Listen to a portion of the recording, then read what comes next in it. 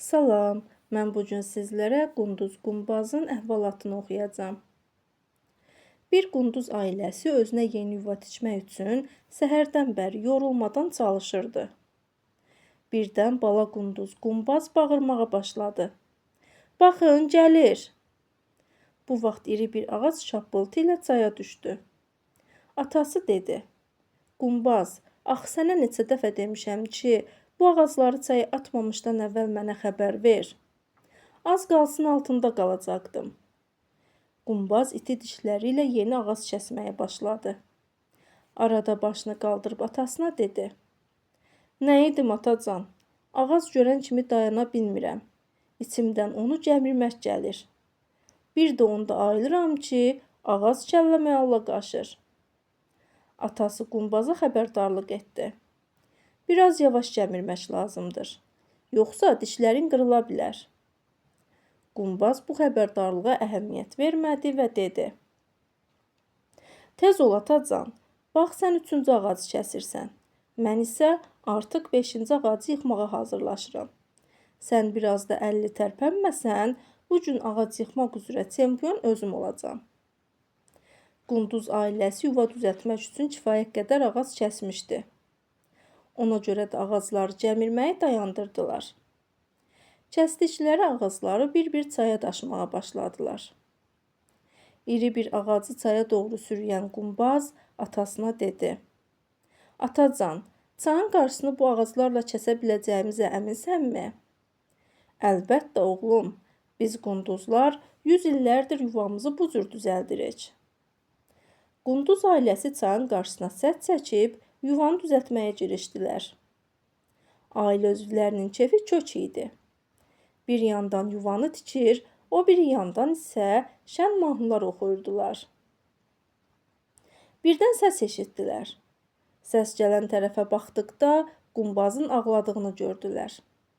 Qunduz ailəsi Qumbazın başına toplaşdı. Qumbaz ağzını bərk-bərk tutmuşdu. Ucadan hönkürür və deyirdi.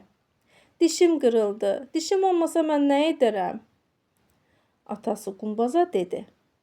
Görürsən, mən sənə ehtiyatlı olmağı, yavaş gəmirməyi tapşırmışdım. Amma sən məni dinləmədin. Bu da tələskənliyin axırı. Amma yenə də çox kədərlənməyə dəyməz. Axı biz qunduzların dişləri yenidən uzana bilir. Qırılan dişin uzanına dək isə digər dişlərinlə gəmirərsən. Bunu eşidən Qumbaz sevinclə atılıb düşməyə başladı. O dayanmadan qışqırırdı. Ura, dişim yenidən çıxacaq, dişim yenidən çıxacaq. Qunduz ailəsi bütün günü işləyib yoruldu. Amma bu qədər əziyyətə dəyərdi. Çünki artıq onların gözəl bir yuvası vardı. Qumbaz dedi. Ata, gəl evimizə gedək. Atası gülümsündü. Tələsmə oğlum, əvvəlcə bizə bu qabiliyyəti bəxş edən Allaha dua etmək lazımdır. Düz demirəmmi? Qumbazın gözləri sevinclə parladı. Dedi, əlbəttə düz deyirsən. Ata qunduz dua etməyə başladı. Ya Rəbbim, bizə özümüz üçün isti, gözəl bir yuva düzəltmək qabiliyyəti verdiyin üçün sağ ol. Bu yuvanı bəlalardan qorumağı sənin güc və qüvvətinə əmanət edirik. Sən yuvamızı qoru. Ata qunduz dua edib qurtardı. Qumbaz və bütün ailə üzvləri birlikdə amin dedilər. Qumbaz suya girib üzməyə başladı. Yuva çox geniş idi. İçində bir neçə otaq vardı. Bu otaqlar yemək, yatmaq, qonaq qarşılamaq və istirahət etmək üçün idi.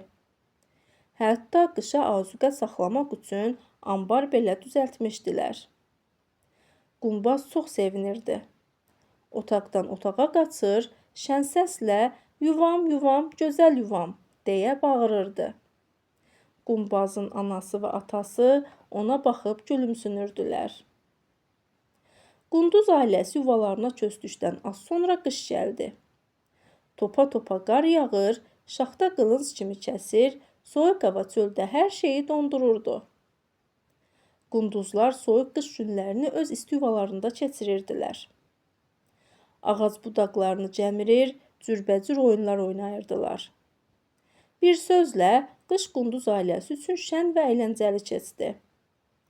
Amma get-gedə Qumbaz darıxmağa başlayırdı. Balaca qunduz isti aylarda olduğu kimi ağacların arasında oynamaq üçün tələsirdi. Qumbaz bir səhər yuxudan oyananda havanın əvvəlki kimi olmadığını gördü. Artıq bahar gəlmişdi. Hava günəşli idi. Yuvadan çıxıb çayda üzdü. Öz-özünə dedi: "Bu gün meşədə gəzmək üçün çox gözəl gündür." Yuvaya qayıtdı. Atasına dedi: "Atacan, hava çox gözəldir. Gəl meşəyə gəzməyə gedək." Atası razılaşdı. "Yaxşı, onda hamı hazırlaşsın. Getmişkən qonşuluqdakı qunduzlar üçün də ağac toplayarıq." Çox keçmədi ki, qunduz ailəsi gəzintiyə çıxmaq üçün hazır idi. Onlar birlikdə meşəyə getdilər. Çayın kənarında tək-tük ağac vardı. Amma meşənin dərinliklərinə getdikcə ağaclar sıxlaşırdı. Meşə yamyaşıl idi. Qunduz ailəsi şən görünürdü. Onlar həm mahnı oxuyur, həm də ağacları gəmirirdilər. Birdən hava qaraldı. Göyün üzünü qara buludlar örtdü. Şimşək çaxdı və dolu yağmağa başladı. Qunduz ailəsi iri bir ağacın altına sığındı. Yuvadan çox uzaqda idilər. Ona görə də yağışın və dolunun kəsməsini gözləməli idilər. Qumbaz həyəcanla dedi: "Atacan, burada nəyi gözləyirik? Yağış və dolu yuvamızı dağıda bilər. Gedib yuvamızı qorumalıyıq." Atası onu sakitləşdirməyə çalışdı. "İndi çaya getməyin heç bir mənası yoxdur. Yuva çox uzaqdadır. Onsuz da biz ora çatana dək yağış və dolu yuvanı dağıdacaq. Yaxşısı budur, Allaha dua edək ki, yuvamızı qorusun." Qunduz ailəsi birlikdə Allaha dua etməyə başladı. Yağış kəsər-kəsməz yuvaya doğru qaçdılar. Çaya yaxınlaşanda suyun qarşısına çəkdikləri səddin dağıldığını gördülər. Suyun üzərində ağaclar üzürdü.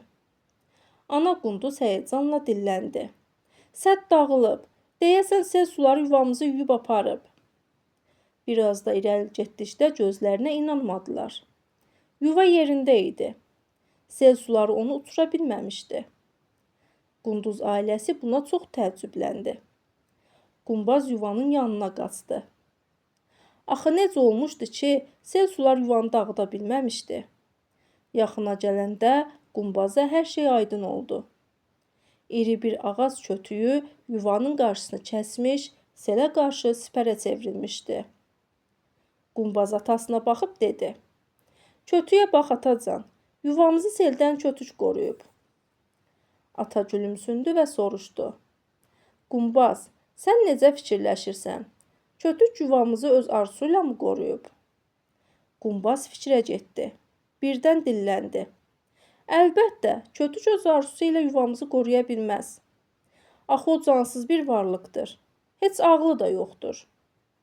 Deməli, onda bizi sevən və hər şeyə qadir olan bir qüvvə yuvamızı qorumaq üçün bu kötüyü göndərib. Elə deyilmi? Səncə o kim ola bilər?"